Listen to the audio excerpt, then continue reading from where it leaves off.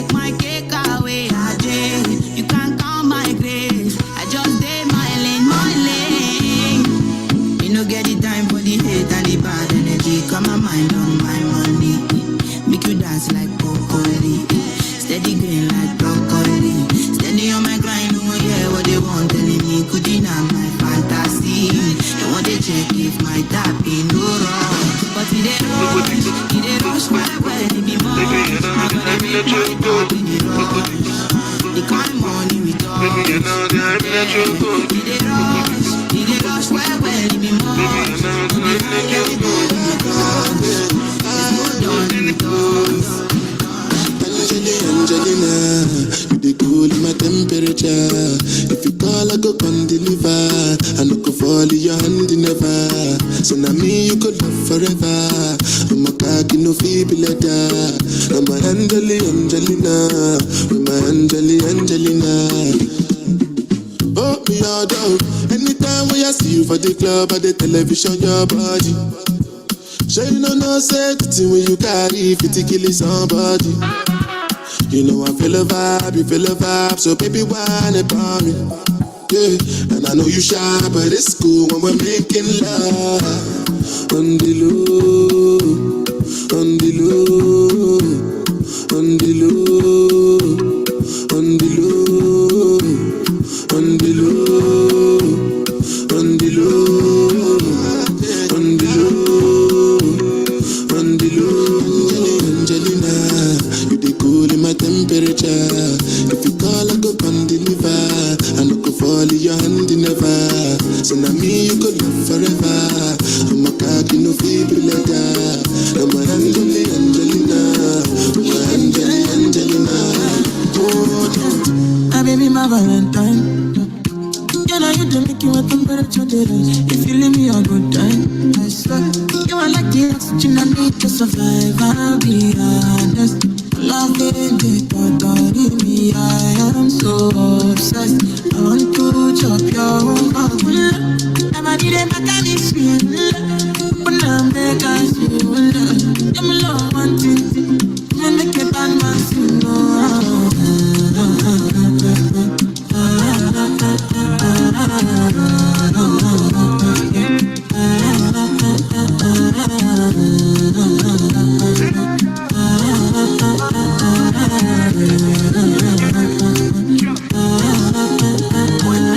$1,000 I go spend for your head. Talk all they want, I don't care what they say. Cause your matter, now him I want to carry for my head every night. Now you I want to carry to my bed. Oh, no, no. Don't tell me no, no, no. You can be my partner, never riding solo, no. And we got no man lucky, no need to party, go. I feel it, what I do, know ya, baby, gotta go. Your body, they back at me, sweet. Open up, make I see. And you where they got my fancy. When they do me, I get party. Oh, no, no, no,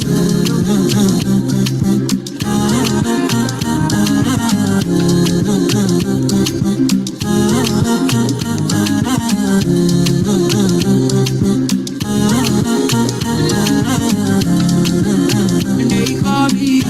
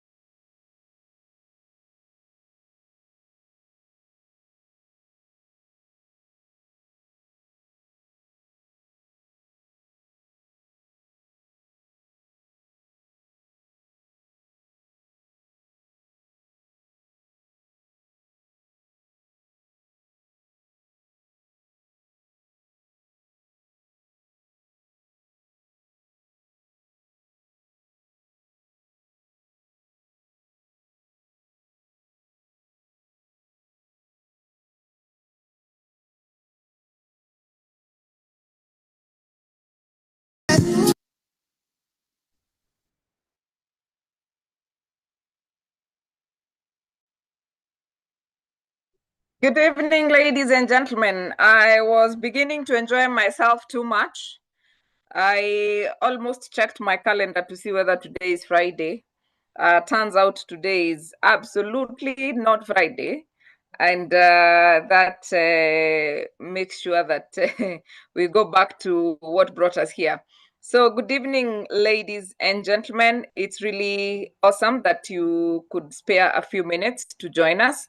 And because we wanted to have this quick conversation today, allow me to invite Dennis Derua, the Secretary General from THRAPA, to just welcome us all and give us a brief about the Africa Human Resource Summit, and then we will have our speaker take it away. Karibu sana, Dennis.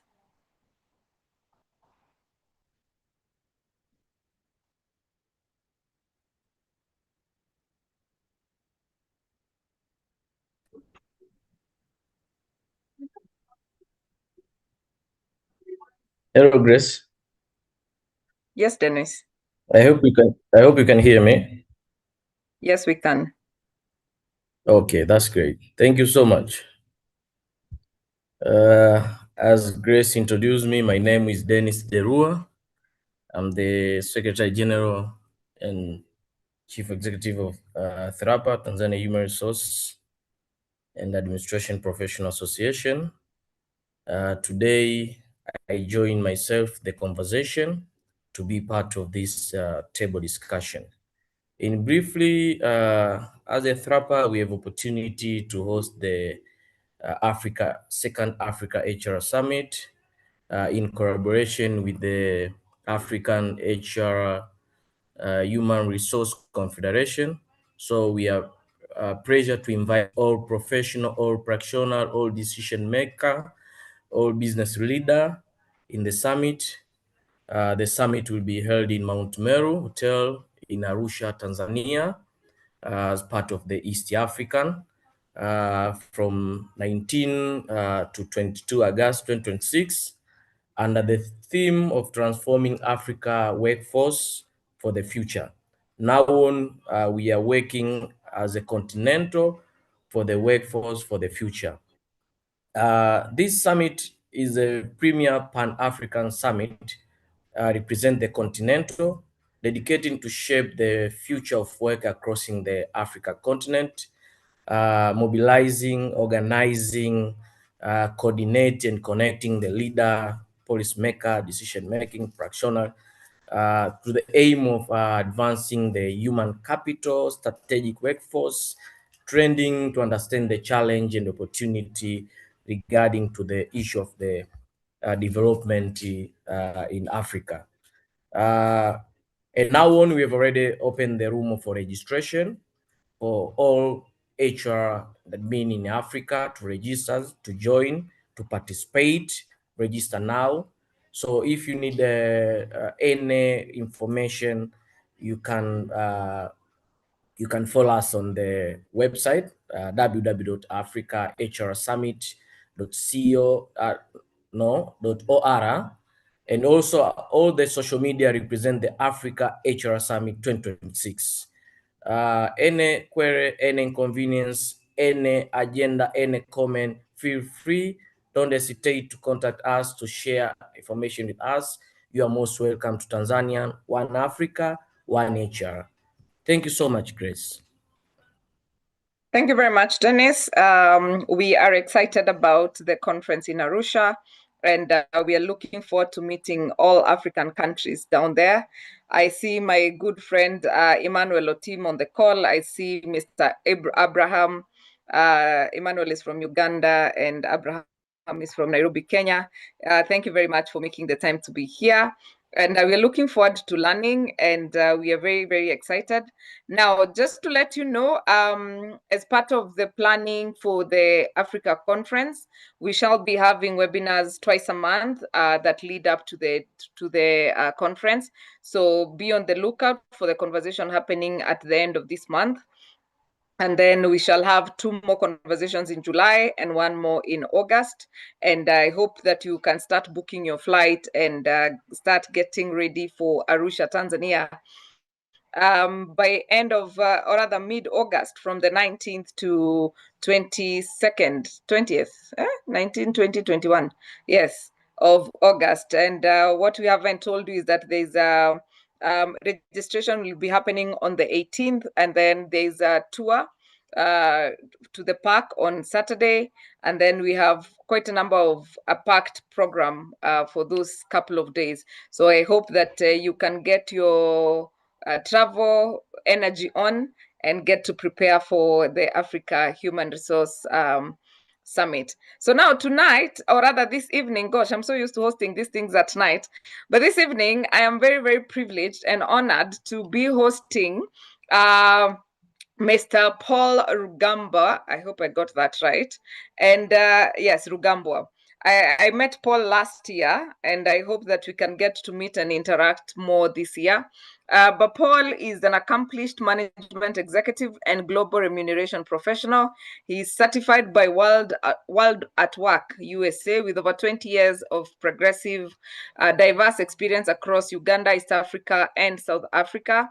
His career reflects a consistent record of transformative leadership, strategic impact, and operational excellence across purpose-driven organizations, including the nonprofit, health, automotive, and telecommunication sectors. He currently serves as the Human Resource Director at the Infectious Disease Institute, where he leads the strategic human capital initiatives that advance institutional performance, innovation, and sustainability. And he's currently the president of what we call HRMAO, or rather the Human Resource Managers Association of Uganda. He's currently sitting at the top, and it's such a, by the way, Paul, did I ever say congratulations? Okay, yes, I did. But congratulations once more, and we're looking forward to the progress you'll make with your council down in Uganda. But kindly tell us, how is HR a strategic lever when it comes to change management? We are really excited, and maybe I can ask you on the chat to tell us, how was your day, and what does change mean to you?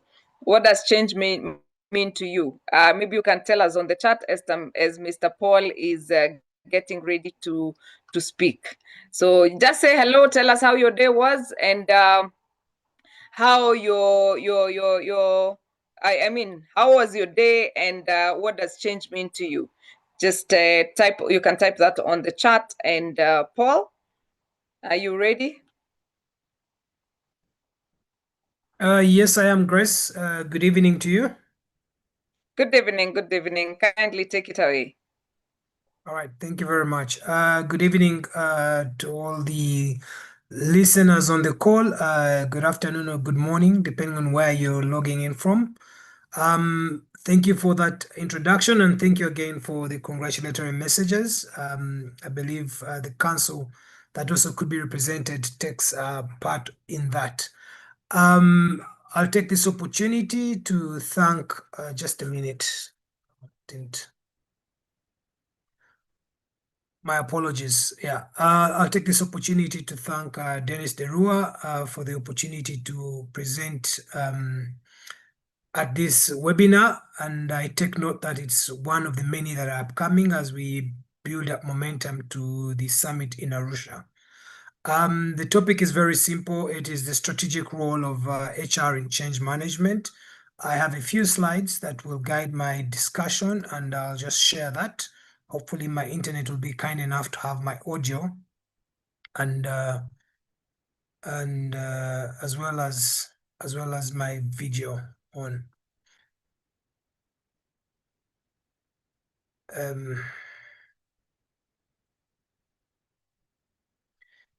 Can you please confirm that you can see my screen and my presentation? Yes, we can. All right, thank you very much. So as introduced, I serve at the Infectious Diseases Institute in Kampala, Uganda, within Makerere University, and I lead the Human Resource Directorate there. And I also have the privilege and honor to lead the HR Managers Association in Kampala, Uganda. So the topic is very simple, is, you know, what really is our role as HR people strategically in change management? But before we go into that, we just really need to understand what our current reality is.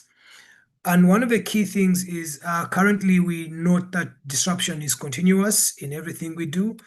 It could be in the ways we are working. So we have consistent and hybrid. We have the normal 8 to 5. Some of us still go to office. Others have hybrid work, and others have the ability to work from home.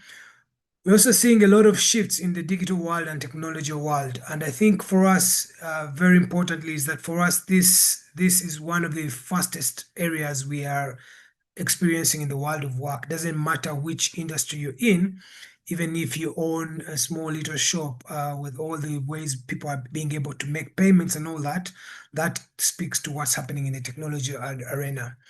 We also notice and observe that our skills, we are, shortage of skills within the current and future forecasted work. And then there is shifting workforce expectations, and these are brought about by the demographic transitions. At one point, I think as HR people, we've discussed that we've had 5 different generations in the workplace. So that really speaks to how the world of work is changing. And then there's a lot of economic uncertainty. If we look at what's happening in Iran and Israel in terms of the conflict there, if we look at what's happening in the different sectors in the economies, both within Africa and outside Africa, we look at the uncertainty for some of the NGOs and also the UN organizations. That really speaks to the current reality we're in. And then also for those of us who are regulatory who have that presence there's a lot of pressure in terms of regulation. So you look at the banking sector, the telecom sector, the insurance sector, the research sector, the health sector. So there's increased pressure there. But what is also very key is all these could be happening simultaneously in some of the industries. So the current reality is we live in a volatile, ambiguous, complex, and the environment speaks to what we really need to do as professionals. And because change ultimately succeeds or fails, it is through people, and that's why we as HR should be concerned and look at it that change is a given constant. I think that's one thing we all agree. And organizations do not really resist change, but however people resist change that is poorly led. So that's why we as HR should be at the strategic front of change management. So today, while I was presenting this in a meeting, the one question that came through is one of the conversations we had was, I don't know if any of you has heard of the word kernel. And the thing is, what is the kernel for change in an organization? If you're in agriculture, you will understand that kernel is the center of the seed or the core of the seed. So if we are to really if we are to really understand change, is then we know that is the kernel for change in any organization is to see individual behavior transition. And because of that, we as HR practitioners, we as HR leaders, we as HR directors cannot depart from leading change or strategically leading change in organizations. So why is change management a strategic HR imperative? That's one thing we need to understand. I think one is because it sits at the intersection of both human and leadership dimensions.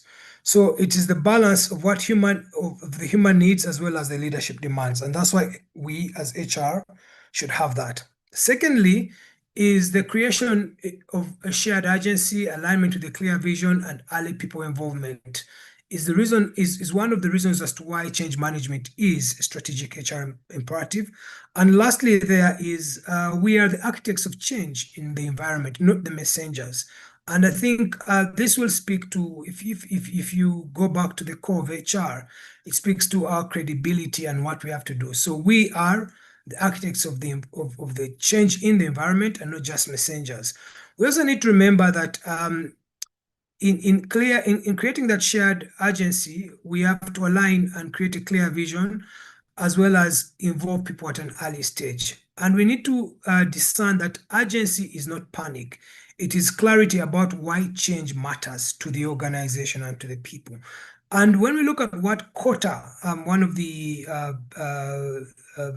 authors of, I think, one of the books, he speaks to why we have common failure pitfalls in change. One is because we fail to actually register the urgency or speak to the need to actually change. We have the weak leadership alignment, poor communication, and also failure to adjust or align change with culture. And that for me speaks to how many of us, when we are starting with all the change programs that we may have, it could be as small as a system change, or it could be as, sorry, am I audible? Yes, Paul, you are. All right, thank you. So the question I have to pose to all of us on the call, how many of us start our change journeys with a culture audit? And that's one of the key reasons as to why we may fail to, start change. And what I was trying to say there is, it could be as small a change as changing a system, an ERP system within the organization, or as big as a change as trying, to, merge an acquisition with two different companies, two different cultures, and what we have to do there. So definitely that's why we have, we as HR should have view change management as a strategic HR imperative. So the next question that we have is how then do we lead change in as HR in practice? So what do we have to do? I think one of the key things, or in my journey, one of the key things is creating the change narrative, okay? And as HR leaders, as HR practitioners, professionals, and business leaders, because I know there could be many on the call, is we need to discern and ask why now? Why do we have to change now, okay? Why this time, or why this change? And then what is the risk if we do not change at all? And what does success look like to both the organization and also the people in the organization? Most times we tend to forget that, the change, success, creating the narrative on success for change has to also speak to the people and not only the organization. The second is we need to build the change capability, the change leadership capability. And here when we talk about leadership capability, we need to look at our leaders, do they know how to lead, or are they aware? Have we trained them on how to lead through ambiguity? That's one. And have we been able to provide coaching skills for them, or mentorship skills for them to be able to communicate? Because, in some organizations, change may be seen as an HR function. But as we've seen in the previous slide, that leadership alignment is where we come in, and we are going to drive change together as a leadership team. So part of the HR way is building the leadership capability of that given organization. Then we need to manage resistance with empathy and data. And what is important for us to note here is resistance for any change is just a sign that there is lack of information. And how do we then use data as HR professionals, leaders, and practitioners? Is we are going to use our surveys, as as a sign. We are going to have focus group discussions, and ultimately we are going to have. I really request if someone could mute. It's a bit distractive. So we're going to have focus group discussions, and then ultimately we are going to have pulse checks within the organization. That's how we manage, resistance with data. However, with empathy, we're supposed to also help and understand and build the narrative for our people to be able to explain to them why, and it goes back to the first having the change narrative, why we have to change and what will happen if we do not change, and exactly what does it mean to each of the people that are involved in the organization. Fourthly, for us is we need to align systems to sustain the change. And these systems will speak to, what do your performance management systems reward at the end of the day? Because they say, as performance managers, we say, what gets measured gets done. So have we aligned our performance management systems to sustain the change? Are we rewarding the right behaviors? And our talent management processes, who are we promoting? Are we promoting those that are actually, speaking to the narrative, or are we promoting those that actually have stayed in the old way? And lastly, there we'll have to look at, we've talked about who gets promoted and in terms of our reward as well, in terms of performance and our compensation and benefits. Then lastly, there we'll have to look at enabling our capability and skills transition. So as HR leaders at a strategic level, we need to have a skills audit. Do we have, are we looking at what we have today? Are we hiring for today, or are we hiring for the future? In today's environment, as an example, digital literacy is very important where we're going with advancement in AI and technology. So if we are going to hire people in any given organization, they should be able to understand the infrastructure we are working on, or the infrastructure we want to actually acquire. So having that skills audit for your current skills versus your future skills is very key. Secondly, is then we need to be able to reskill, upskill, and redeploy. So in every change organization, there'll be new skills that we have to take up, and that is reskilling. And there'll be those that we need to take that through the upskilling process. And then there'll be those that we need to redeploy. There is a statistic that I think AI is creating over about, I think if it is 100, is it 100,000 or 100 jobs? But also 92 jobs will be lost worldwide. 92,000. I don't have the statistic right.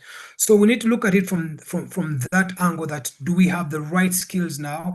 If we do not, can we skill up? And if we cannot skill up, can we redeploy some of those skills elsewhere?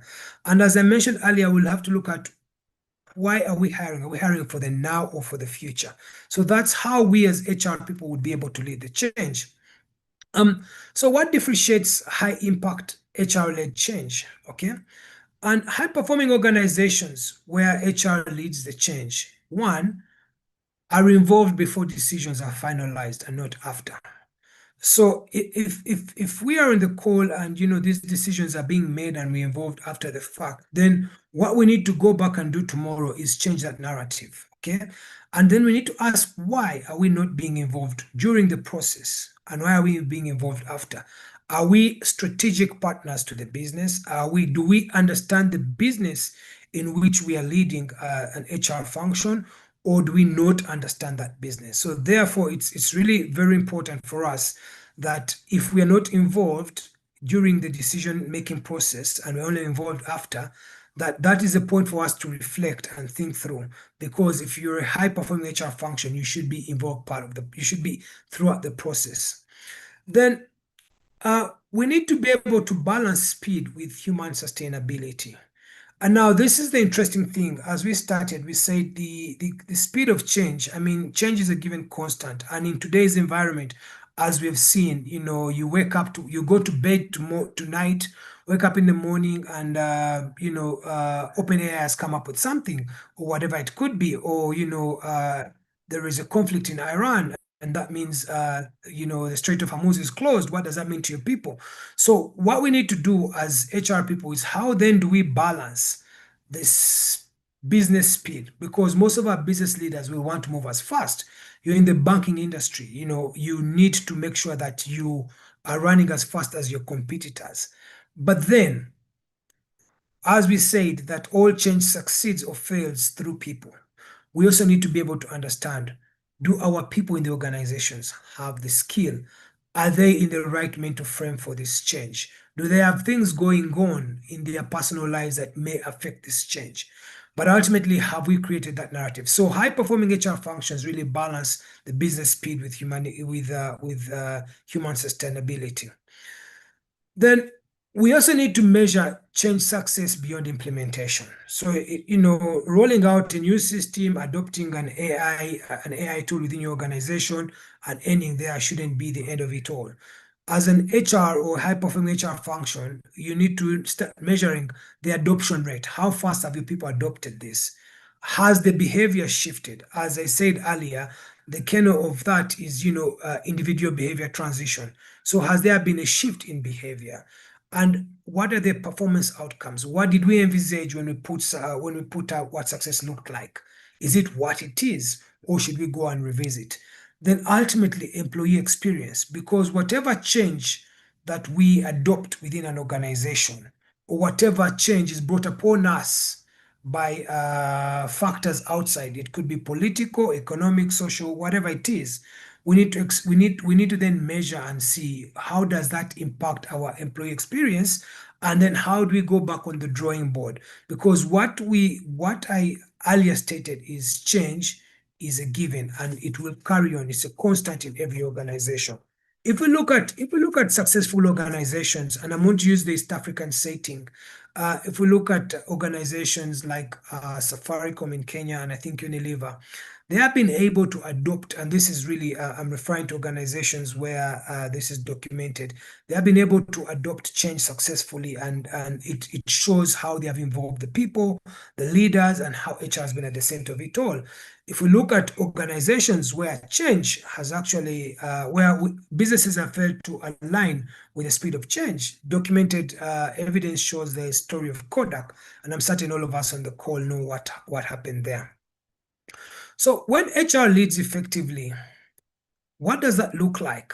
The first is leadership. Leadership is aligned and visible. Okay, so the leaders are aligned at all levels because then HR is the centerpiece. Okay, HR brings everyone together, it creates the balance, it builds a narrative, it's able to measure that. So then we see alignment at leadership level and visibility. And where leaders are aligned and are very visible, we are able to actually move with our people together to be able to ensure that we get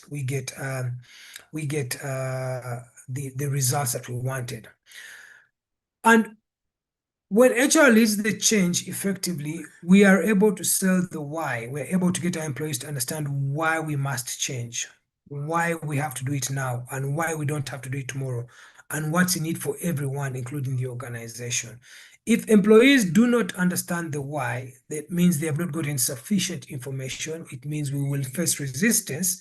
And if we take the punitive way, we'll actually fail ourselves. So where HR has led the change effectively, it is clear that employees understand the why, and your measurement there on the employee experience will be excellent.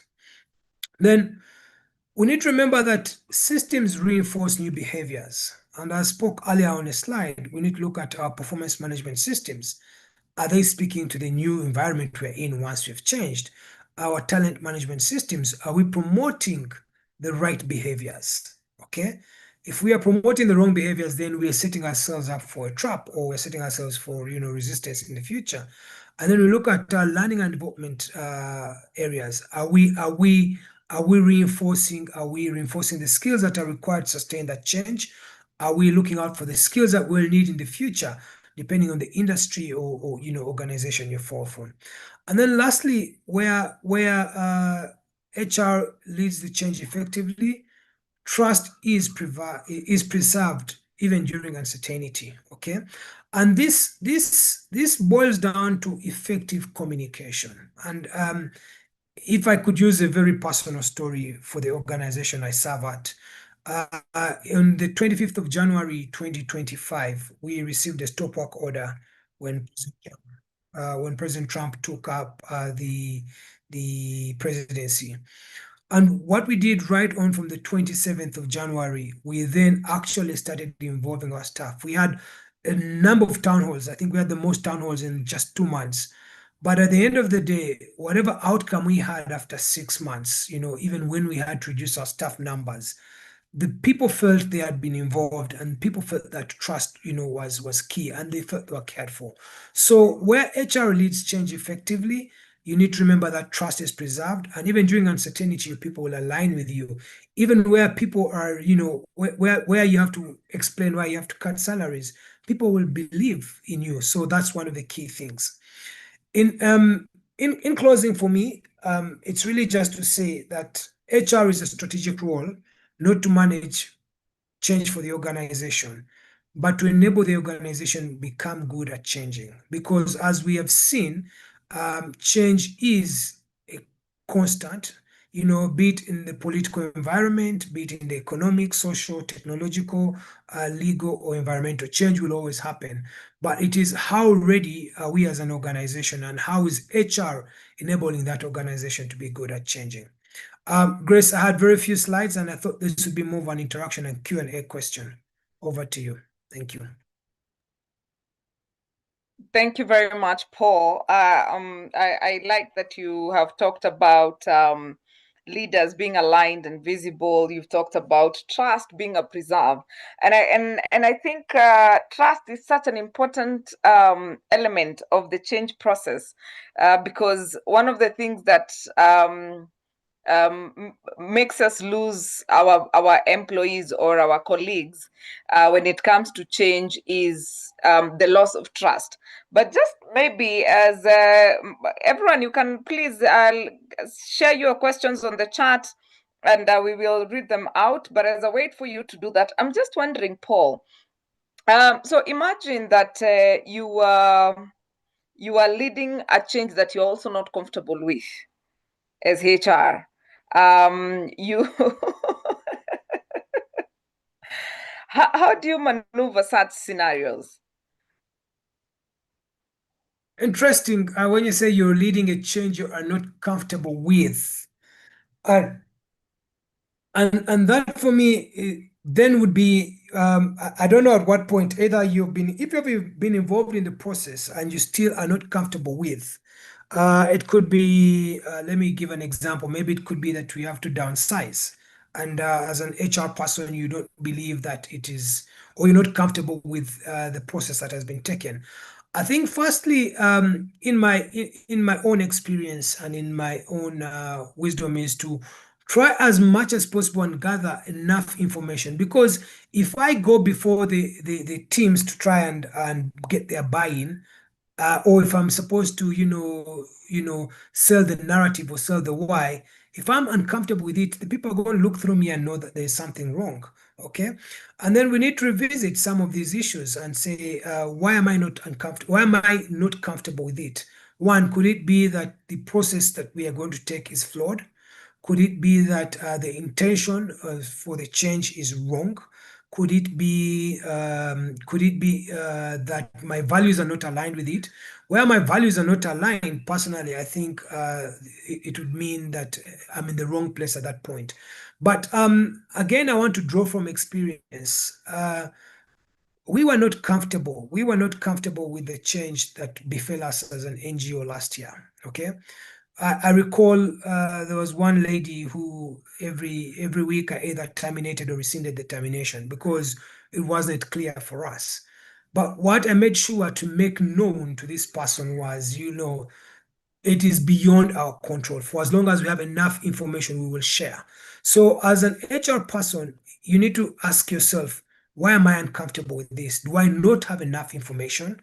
Have I been made the person to deliver the information? Have I not been involved in the process? And if you've not been involved in the process, can I gather enough information before I can start leading the process? Or can I go back and say, this is all being done in a haphazard way? We are rushing it. Can we think through it? Are we within the legal frames? Because those are the things that will actually create that discomfort, the legal framework.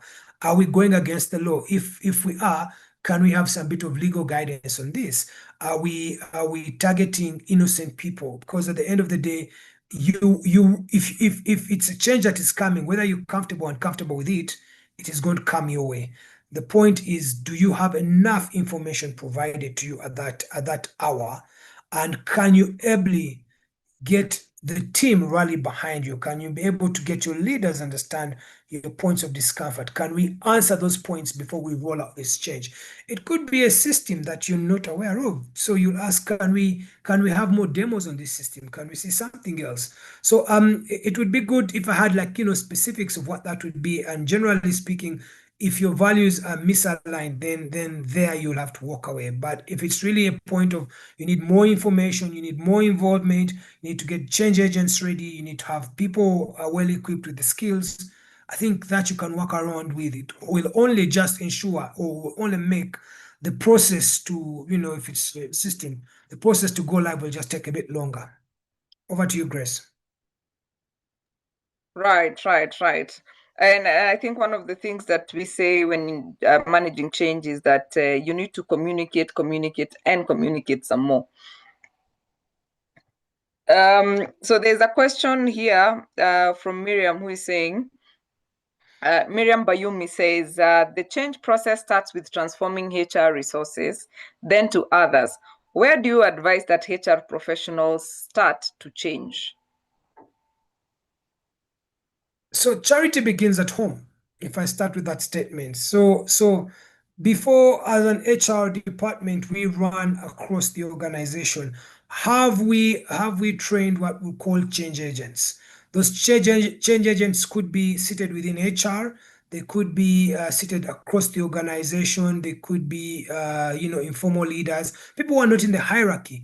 So I think the first place to start is always identify who those change agents are and start with a smaller group. If you have buy-in with a smaller group, then when you go to the bigger group, it becomes an easy, you're able to scale it up, and you're then easy, it's an easy sell to everyone, because as an HR unit, you may not be able to be in all places at the same time when people ask all these questions. You need your change agents, scattered across the organization, across different levels, across different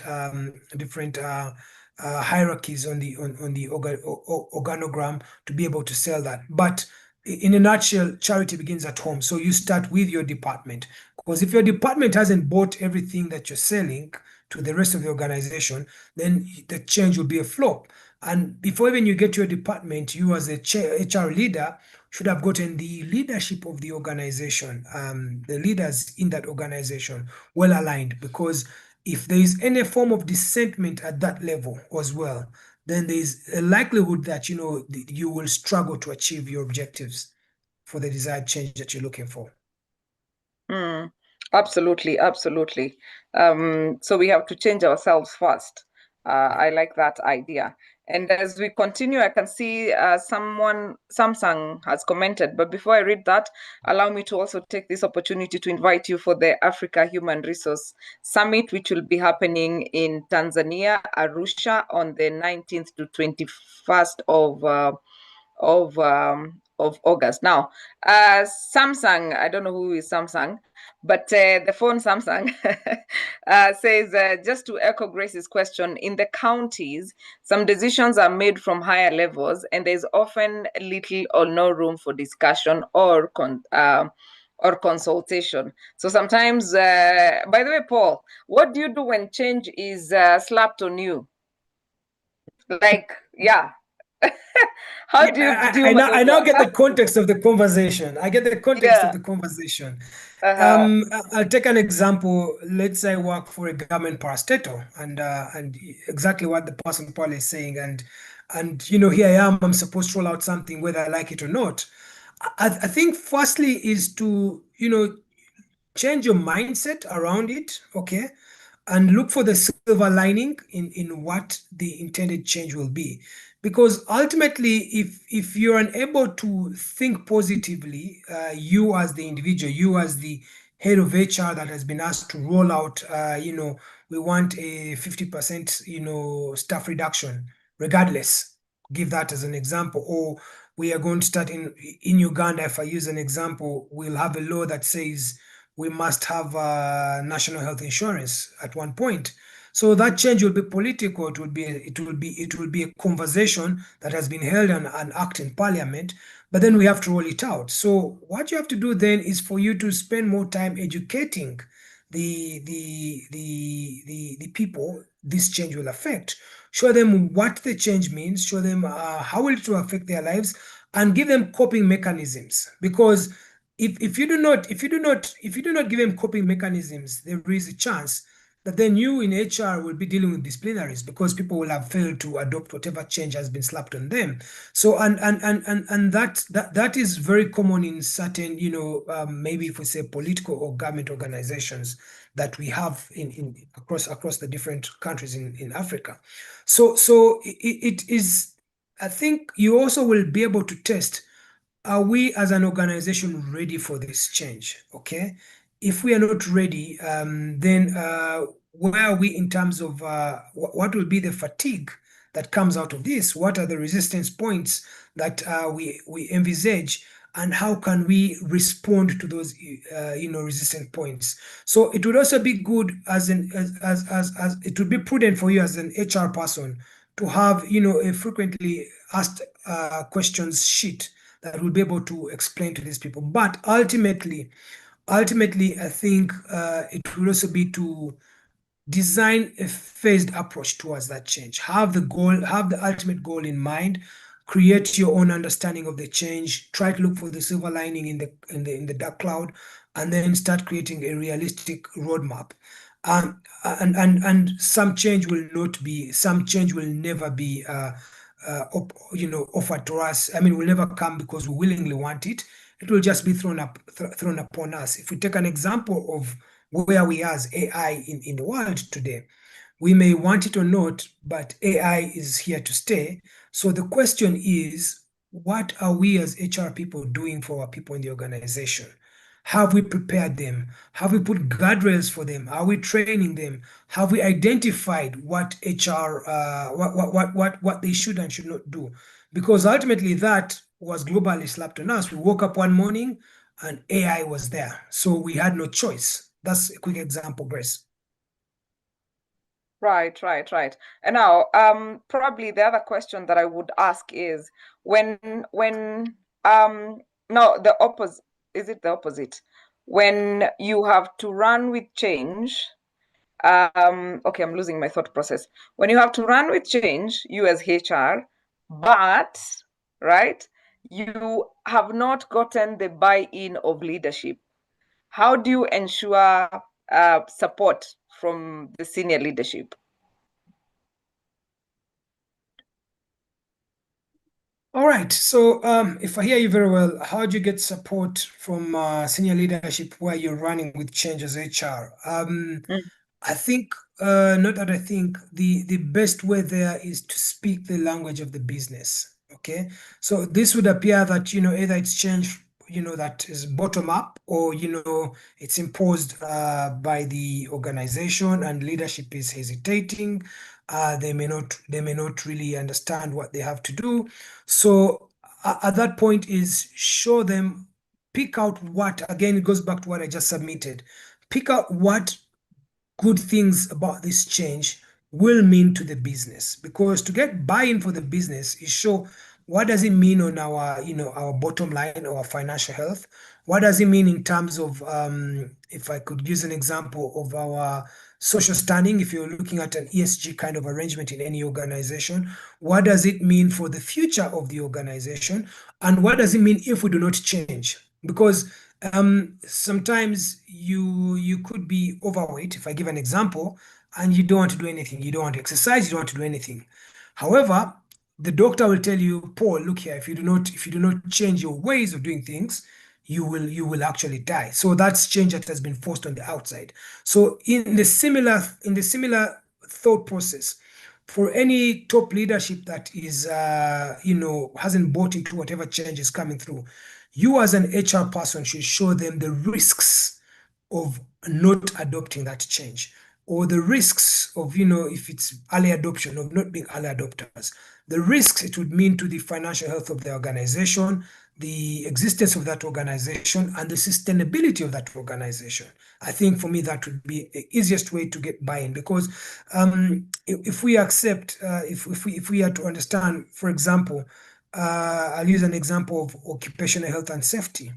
In most African organizations a while back, not today, we thought some of these were just a waste of resources. So we didn't think that we should prioritize, or we should have a budget for HSE, we should have resources aside, we should train people.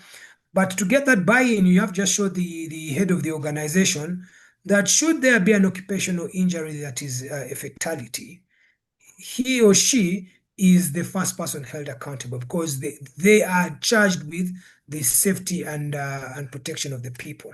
Now, once you put it in those terms, I can guarantee you at the next budget meeting, your CEO will be the one say, what have we allocated for HSE? Do we have training of fire marshals? Do we have training of first aiders? And the question could be, but in the last 10 years, I've seen no CEO being charged. But I can comfortably tell you, you can pick success stories, whether they're in Kenya, Uganda, Tanzania, or somewhere in the UK, and show what that has cost in terms of a CEO point of view. So to get buy-in from the leadership that is not yet aligned, I think one of the key things from where I sit and from how I've been able to maneuver is showing the risks to the organization, because I think they do understand that more then the benefits may not be so strong at that point, but the risks could be more punitive. Right. In other words, self-fear. Yes, please.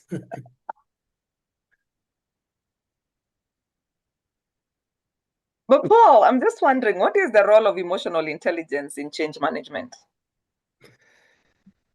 The role of emotional intelligence, one, will address the issue of, it would be, around culture, and it could be a behavior shaper as well, if I think through it, okay? Because what happens is change will fail when behaviors don't shift. So emotional intelligence is where someone will be able to understand that if we do not change in how we lead, in how we work, in how we collaborate, and how we decide, if we are unable to do that, if we do not align our values, our leadership behaviors, our performance management and rewards to the new direction, then we will find that we are not changing our behavior. So for me, in terms of the role is, being really aware of self and what you're able to change about yourself and the way you do things, both at a leadership level and at a personal level, to be able to make that difference and see that there is a behavior shift within the organization, and a desired behavior shift as the change may have envisaged. Yeah. And probably also to deal with change fatigue. Yes. Yeah. But speaking of change fatigue, what are the two things we can do to is it recover or deal with change fatigue? Grace, that's an interesting question, because if you look at the digital landscape or technological landscape, I think we're all tired of everything that happens. No sooner have you caught up with one tool, then another comes. So what we can do in terms of dealing with change fatigue is trying to build behaviors that will push for adaptability, quick adaptability. So we need to be able to see how we as individuals can quickly adapt and be able to cope with whatever change is thrown at us. But also we need to have coping mechanisms where we can discuss and discuss the changes on the spectrum and what they mean to us and how fast we're moving or how slow we're moving. And it goes back to what I think I mentioned earlier. Just a minute, I want to look for that. It is balancing the business speed with human sustainability. Are we really able to sustain? Are the people within that organization able to sustain the speed of change? And if every 2 years, you're coming up with a system, have we prepared people? Have we shown them the journey to where we're going? So we want to get to this journey, and we're phasing it that way so that they do not get tired so fast with everything. Ultimately, that's balancing that speed with human sustainability is very key. I like the balancing of speed with human, because sometimes we get stuck into the change and forget that people are people, and we really want to drive the change process and make sure that there's transformation. But while at it, we also forget that people are people, and people have emotions, and people will get tired. But Felix Masinda is saying, in a change management environment, where is that? In a change management environment driven by leadership bias, how can HR intervene to restore objectivity and equity?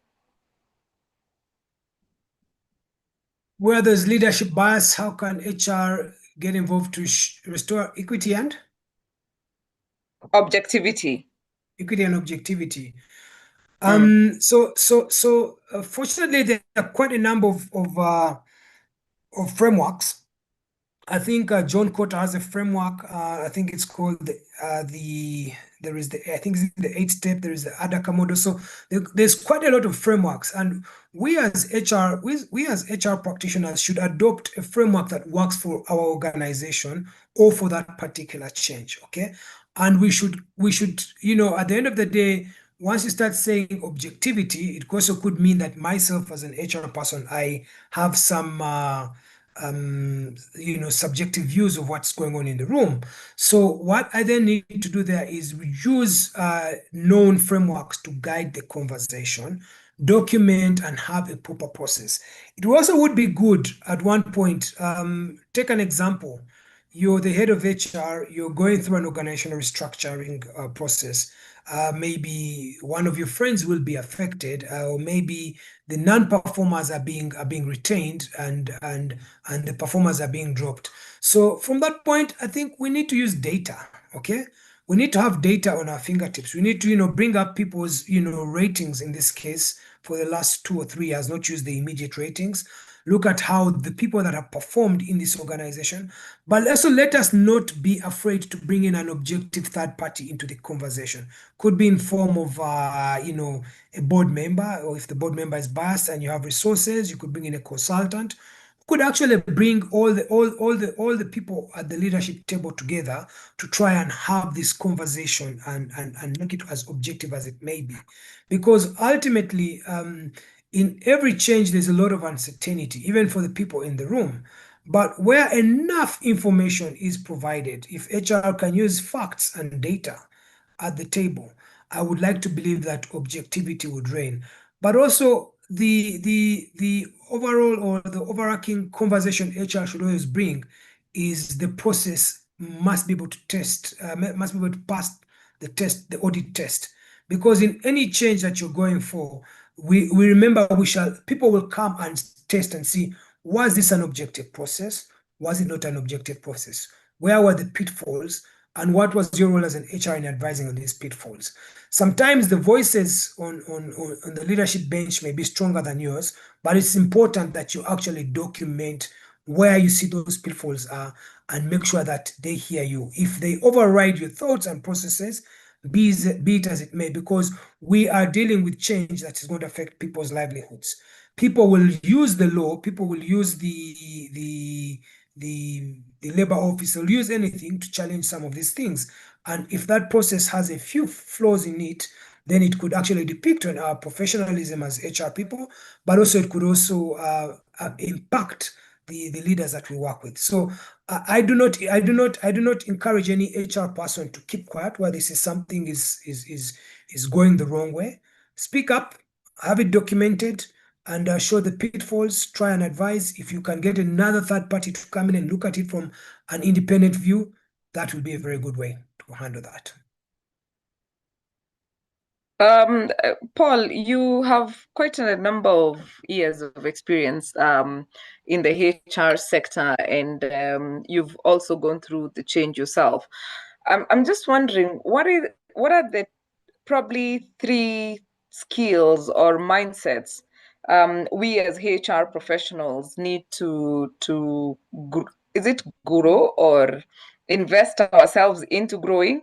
So that, because we are really in a transition era right now. Most businesses are changing, and with the technology, AI, with the intergenerations in the workplace. What are some of the mindsets, or is it skills that we need as HR professionals to be able to maneuver the changing world of work? As HR people, to be able to maneuver the changing world of work, I think one of the key skills that we should embody is that of business acumen, being able to understand. And when I say business, I don't mean from a profit-making point of view, but being able to understand your organization, what it does, how it makes money, or how it makes an impact, what is happening in that industry now and in the next 5-10 years. Have an outlook there such you're able to project and know these are the changes that may come to impact this industry, this organization, the industry in which this organization I serve for is playing in. The other is a coaching mindset. Okay, and this is for me very important. Because a lot of the fears that people have with change and a lot of the answers are seated within them. So as HR people, if we have a coaching mindset, not a mentorship mindset, not an instructional, a directive mindset, we are then able to help them find the answers within them. We're able to get answers and deal with that self-doubt earlier at an early stage. Even for our own selves, we're able to seek through that. Then the third one that we all need as HR people is, we need to improve on our digital literacy, because the speed at which change is affecting the world at work is in the digital space. So that for me is very key. And when we say digital, it's just not AI alone, but it's being able to use different systems, different tools, because now, as we saw earlier, is the way we work has changed. I could be seated here in Kampala, but supporting an organization somewhere in Cambodia. And if I don't have an understanding of those skills, those facility, the tools that I'm able to work with, I'll be unable to address it. But Grace, allow me to go back to one. I just remembered something as I spoke. The previous question of how do we support leaders that are against change. I think the other thing is for HR people is to always have alignment of the leadership KPIs to the change outcomes. Because once their KPIs are aligned to the change outcomes, then there'll be easy buy-in or an easy sell for the change process. Over to you, Grace. Excellent, excellent. I am loving this conversation, and I hope to you, our audience, you are taking something. You can also tell us which country you're tuning in from. Allow me to read a comment here from my friend Abraham Simiyu. He says, I appreciate Paul for navigating change management through the strategic human resource lenses. The gist around this makes the business vulnerability metrics go up. That pushes leadership some more support eminent. Thank you very much for that comment, Abraham. All right. Okay, I see Felix is saying thank you, and Kathy's phone is saying thank you. You can keep chatting, but at this point in time, allow me to also invite you to the Africa Human Resource Summit, which will be happening in Arusha, Tanzania on the 19th to 22nd of August at Mount Meru in Arusha. You are all welcome to partake of these conversations around Africa is our business and our business is Africa. So we are coming together as HR professionals to have conversations, network, especially the networking part. I was in the first one in Rwanda, and we had absolutely an amazing time. And of course, we are looking forward to meeting you there. Now, Paul, maybe I can ask you. I see we are going to short of time, but I see somebody saying, Amkule Baritazale from Uganda. The conversation has been wow, Mr. President. Yes, I agree. Paul, you are an amazing speaker, I must admit. But now maybe I could ask you, Kwaku. Hi, Kwaku. How are you? Kwaku from Ghana. We appreciate your time and insights into the HR great work. Thank you, Kwaku. And I'm looking forward to meeting you. Is it the day after tomorrow? Right. So, Paul, I want to come to you with your parting shot. Just 1 minute. I want to come to you with your parting shot, but before we do that, my last question to you, you as a person, or for the people on the call, what is the one most common misconception about change management that HR professionals should challenge? I'm expecting the answers to also come from the chat. What is the one misconception about change management that we as HR professionals need to challenge? Before Paul comes in, I am busy waiting for you to tell me on the chat, what is the one mindset, or is it what misconception that we need to challenge as HR professionals when it comes to change? What is the one misconception should we challenge? You can also unmute yourself and speak. You can unmute and speak. What is the one misconception that we need to challenge as HR professionals? HR people, you're not telling me on the chat. I see RK is watching from the UK. This is great. We are really learning. Thank you. Yes, HR people, tell me, what is the one misconception we need to challenge when it comes to change management? We are the HR. What is the one misconception that we need to challenge? I want you to type on the chat. What is the misconception that HR people need to challenge about change? The one misconception that we need to challenge about change. I'm even rhyming. Moses says, many employees think HR only protects management. This needs to change. HR should be a fair bridge between employees and management, ensuring that staff welfare and organizational interests are protected. Excellent. Thank you for that. Abraham says change belongs to leadership. Absolutely. It does not belong to HR. Change belongs to leadership. Absolutely. Thank you for that. I'm waiting for two more, and then we'll ask Paul to let us know. Yes, Peter Abba. Peter, go ahead. Okay, can you hear me? Loud and clear. Okay, thank you so much. Yeah, just one fact which I would like to share is that despite the coming of AI, it cannot completely replace HR, because HR is dealing with the management of human beings, and management of human beings require a complete set of human skills to be used on managing people. So it's just like doctors in an operating room cannot just rely on AI in order to do the operations, right? So I do believe that when we come into managing human behavior and managing things within the office relationships, that requires a HR as a human being. So we should have that to stand on, because there is a perception, a misconception, people thinking that we can ask everything in AI and get every answer that is required to be done with HR. Thank you. That was my insight which I'd like to share. Thank you for that submission, Mr. Peter, and thank you for unmuting yourself, and it's good to hear your voice as well. I can see, allow me to read on the chat before Paul comes up with that. The misconceptions we need to challenge, where was I? EDA management thinking change is HR responsibility only. That is from EDA from Tanzania. Faith, CHRPK Faith, that is Faith from Kenya, says employees must resist change is a misconception we need to challenge. Elizabeth says people resist change is a misconception. Moses Bekashabaruhanga, employees welfare means soft. Supporting staff welfare does not mean compromising performance or discipline. A good HR professional balances empathy with accountability. Emmanuel Otim says change management is a one-time activity. Excellent. I like that one. It's an ongoing process. Samsung, okay, that is Anne. Change is imposed from above and employees have no role or voice in it. Absolutely, we have a role to play.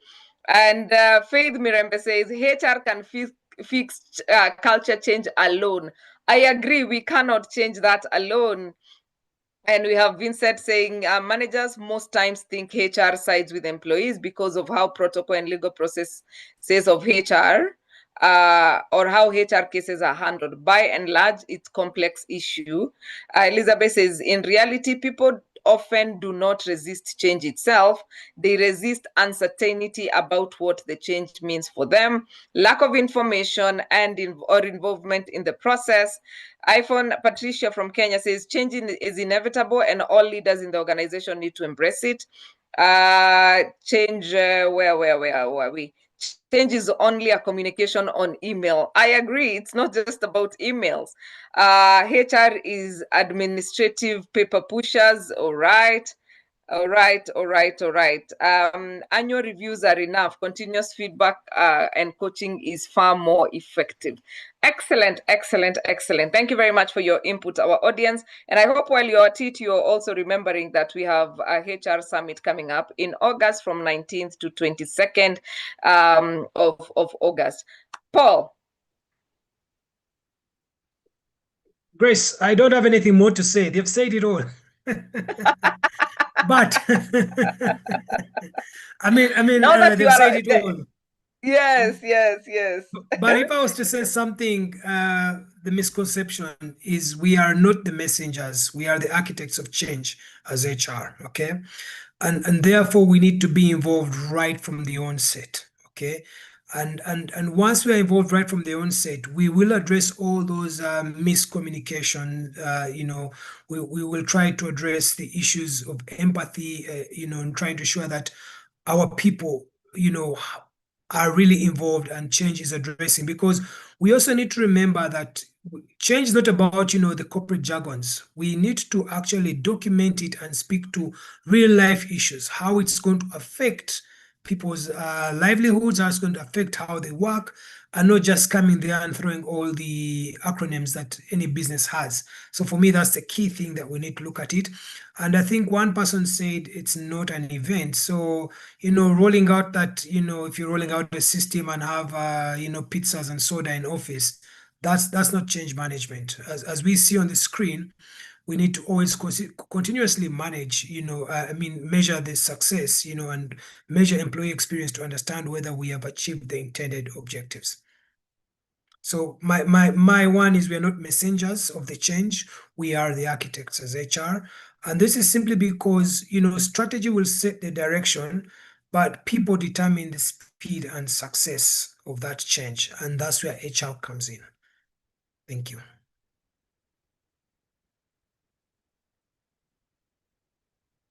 Grace, did I lose you?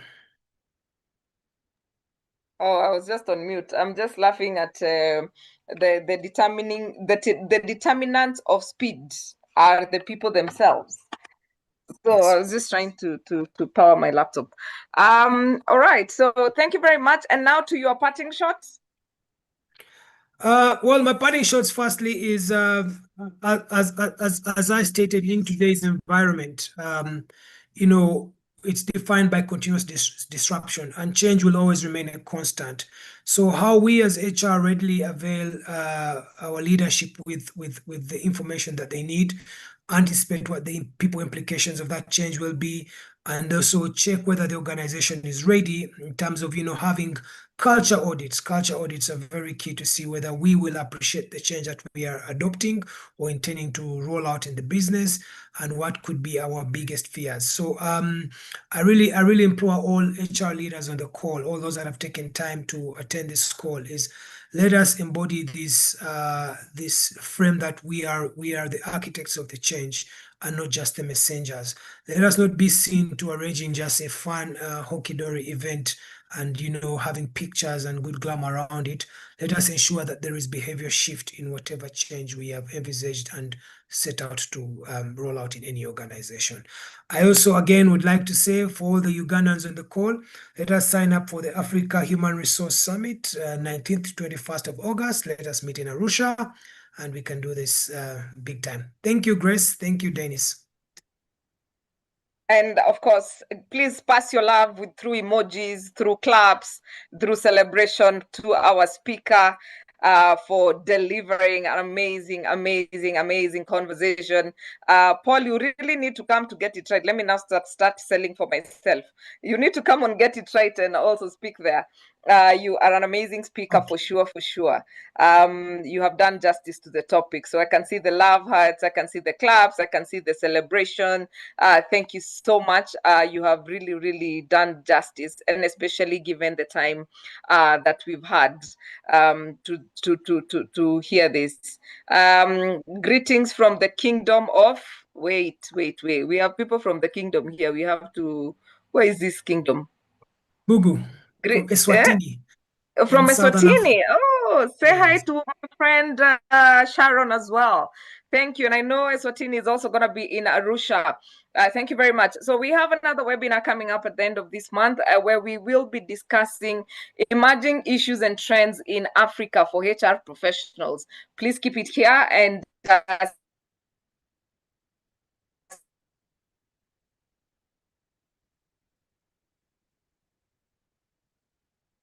Grace, did we lose you? In Arusha from the 19th to 22nd of August. Oof. Can you hear me now? Yes. Okay. It's like the internet is telling me you're done.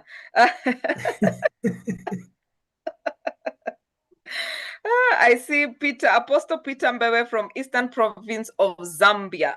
Thank you very much. And please follow Mr. Paul Rumanda Rugambwa. Actually, I need to learn these names on LinkedIn so that you can connect and keep this conversation going. And you see he's an amazing speaker. So on your HR conferences, make sure you invite him. He will come and deliver as well as the president of the HR MAU, or the HR Association of Uganda. Thank you so much, guys. And see you next next one, which is in about 2 weeks' time. But for tonight, go ye and become the change makers. Atara, do we have an official platform to connect that we can join? Do we have an official? Yes, we have our, okay, who are you talking to? Me, Grace, or me, part of the Africa HR Summit? I don't know. But please check out the website on Africa HR Summit, follow the LinkedIn page, follow this, what do we call it? Instagram page as well, Africa AHRS, Africa Human Resource Summit 2026 is happening in Arusha, Tanzania. Thank you guys, and have yourselves a lovely evening. See you next time, and physically see you in Arusha. Bye-bye. Have a good evening. Bye. Thank you.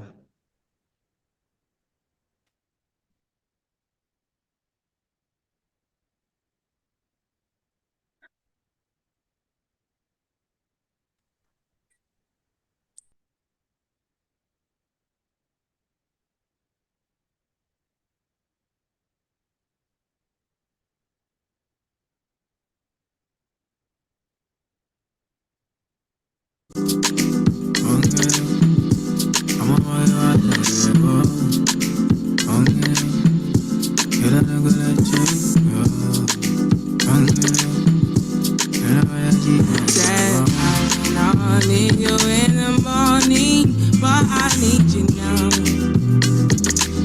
Yeah, yeah. I find you, I give you all you need. I know what you like. You don't need no